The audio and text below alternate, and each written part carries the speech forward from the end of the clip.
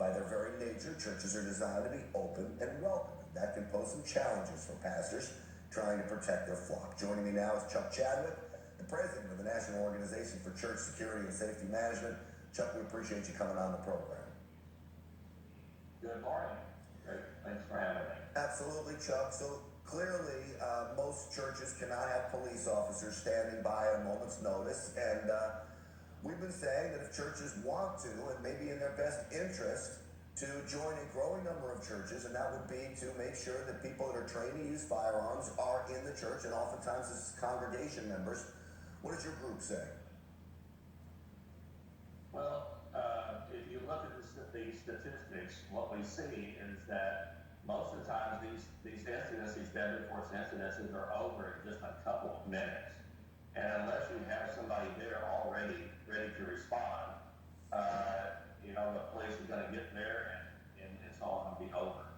So we have a concept called the gatekeepers, and it's very scriptural as far as churches are concerned. First Chronicles 9:21 is our county scripture where it talks about the gatekeepers that were stationed at all the entrances to the temple. That's what we think ought to happen. We have what we call initial responders. Of course, you have your first responders, which are your police and EMS personnel. But to have somebody already there that is trained and armed in order to defend the people in the church. We think training is probably the key thing here.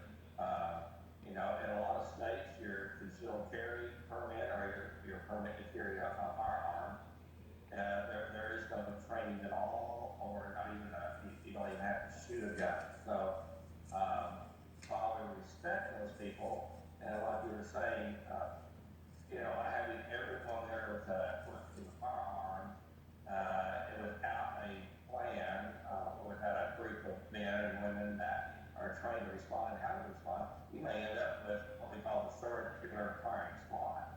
So, wanting to avoid that, what we do is our organization helps train church volunteers in order to be more than just a gun. You have in law enforcement a training curriculum where you train to de-escalate, you train to have what we call hands-on, or the laying on of hands in an uneven environment, you could say. And then it progresses up to deadly force, but it's the only thing you give people with a gun, everything looks like a nail. So what we try to do is give a well-rounded training curriculum, and it's more than just a piece of paper at 15 yards. Yeah.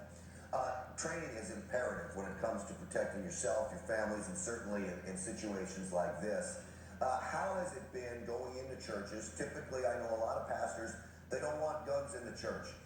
But I think it's because they have such a rosy view of the world and people. And I think we do need people out there like that. But the bottom line is, we've said it over and over again, that evil does exist in this world. And you've got to be prepared when it comes calling. And I do believe, as a Christian, that God gave us the right to protect ourselves. And in fact, he gave us free will.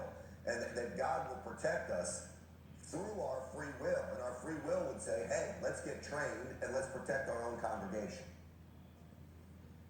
Yeah, but we used to see a lot of we don't want guns here, but I tell you, since this last incident happened, I think pastors and congregations are really starting to change their viewpoint on this. We have dozens and dozens of churches that have come to us saying, we were hesitant about it, but now we see that there's a need for it. Liability, a lot of them, it used to be so difficult to have them get over the liability issue. It's like, what if they accidentally, shoot the wrong person, or what if the police get there, they mistake me for a bad guy?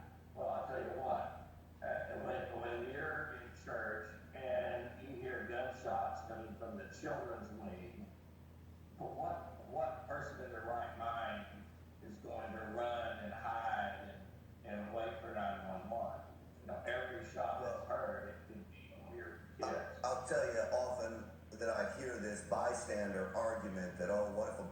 bystander gets killed, I would ask those people to look at the option. God forbid a bystander was caught in the crossfire by a good guy with a gun. Oftentimes, as soon as those shots start being fired, it distracts the gunman and oftentimes just stops the shooting just because shots are coming at him. God forbid a bystander was shot and killed, maybe 2, 3, or 4. It's certainly better than a room full of 25 or 50 people being killed. Exactly. And that's why we train our people. Their sole purpose is to run toward the sound of the gunfire and stop it. I mean, we're not looking for a firefight. We're looking to stop this whatever person, But before this last incident, everybody was afraid that ISIS would bust in the back doors with AK-47s and start mowing everybody down. Well, this kind of caught us by surprise, really, that a domestic dispute, more or less, as far as I can tell now, that's what it was, turned into a guy basically coming in the back door with this patrol rifle and starting to mow people down. So things are evolving. Yeah, they sure are. We've got to take matters into our own hands, our safety and security. The only ones we can really depend on for that is ourselves. I appreciate you helping so many churches out there. Thank you so much for coming on the program, sir.